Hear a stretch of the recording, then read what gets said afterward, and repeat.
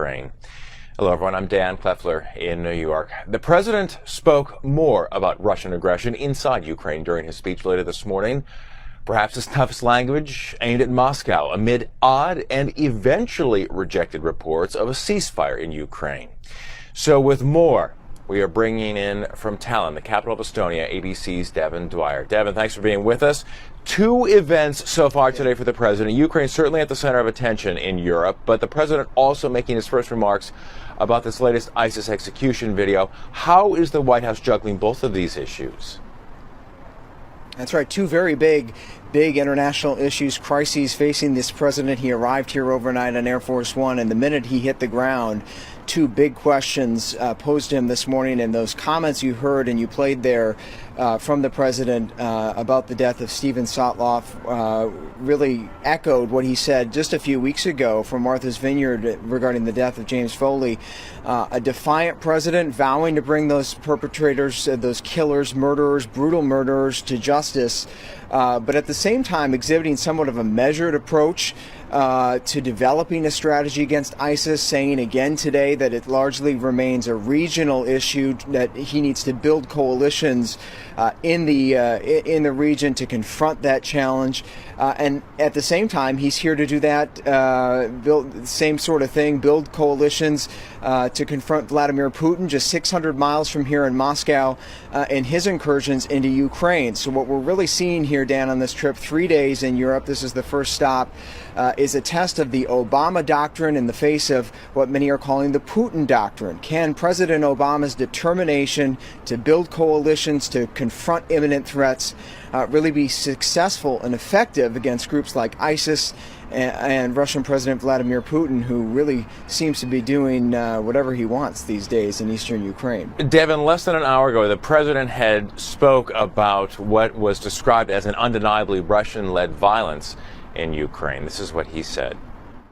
We will not accept Russia's occupation and illegal annexation of Crimea or any part of Ukraine. So, Devin, how does that kind of language lead into the coming NATO summit? Well, it's tough talk. That line we've heard many times before from the president, and you'll recall Crimea was taken effectively by the Russians many months ago now, and yet they still continue to hold it and make further advancements in Ukraine. So the big question for the NATO allies, starting tomorrow in Wales, its first big summit in 2 years, is what more can they do? What more can this alliance do, not only to turn back Putin? Of course, Ukraine is not a member of the NATO alliance, but what more can they do to confront this threat from Putin? And also, what can they do to shore up confidence among Baltic states, here Estonia one of them, that feel threatened by Putin's behavior? So that's going to be the focus of their meeting. And one of the things on the table, Dan, is going to be perhaps a new round of sanctions against Russia. They haven't worked so far, but President Obama said again today that perhaps they can inflict some more pain and bring Putin around to changing his mind. Ukraine, though, with ambitions to join NATO. But I want to ask you about this, though, Devin. There are reports earlier this morning from Ukraine's leader of a ceasefire. Russia's Vladimir Putin denying it because he said Russia isn't a party to the fighting there. So how did that play on the ground there?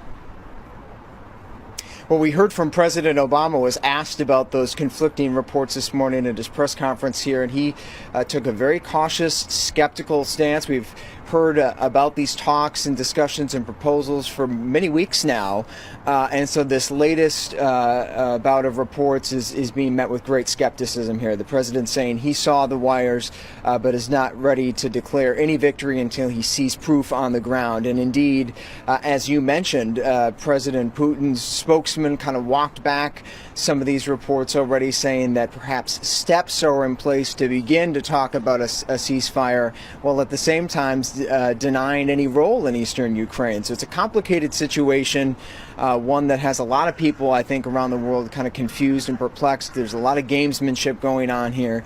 But the bottom line from our people, ABC's Hamish McDonald, on the front lines there in Ukraine, the violence does continue, and the fear among people here in some of the Baltic states here in Tallinn is very real. A lot of memories. 75 years ago this week, Germany rolled into Poland, kicking off World War II.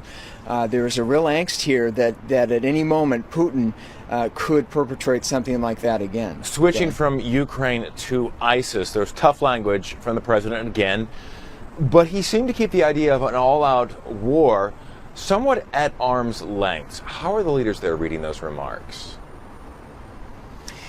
Yeah, well, so far, we'll see how those leaders meet those remarks when he gets to the summit tomorrow in Wales. But President Obama, again, raising many questions, I think, about what his strategy will be to confront ISIS. You heard him today say at once that his plan is to both destroy and degrade ISIS, while at the same time appearing to walk back the destroy part of that equation, saying that he's really focused on kind of containing the threat, making this a measured risk, if you will. And so we're still waiting to see what the comprehensive military piece of the strategy will be. And we do expect that when President Obama meets with the British Prime Minister David Cameron tomorrow, who's, of course, used much stronger language about ISIS, calling it a very imminent threat to all countries around the world, we'll see if they emerge from those meetings with a slightly different perspective and different strategy, Dan. So lastly, Devin, before we let you go, what is up next for the president? You gave us a glimpse there of who will be at that NATO summit in Wales, but what is the White House hoping to accomplish? Sure.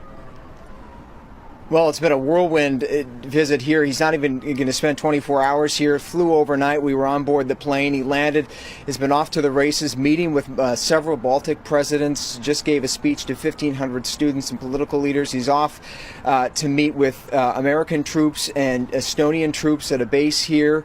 And then he heads to Wales, and there will be 2 full days of meetings there. Again, Ukraine and ISIS will be topping that agenda, and we'll be watching that closely when we head there later tonight, Dan. All right. ABC's Devin Dwyer traveling with the president now in Estonia. Devin, thank you for that, as always.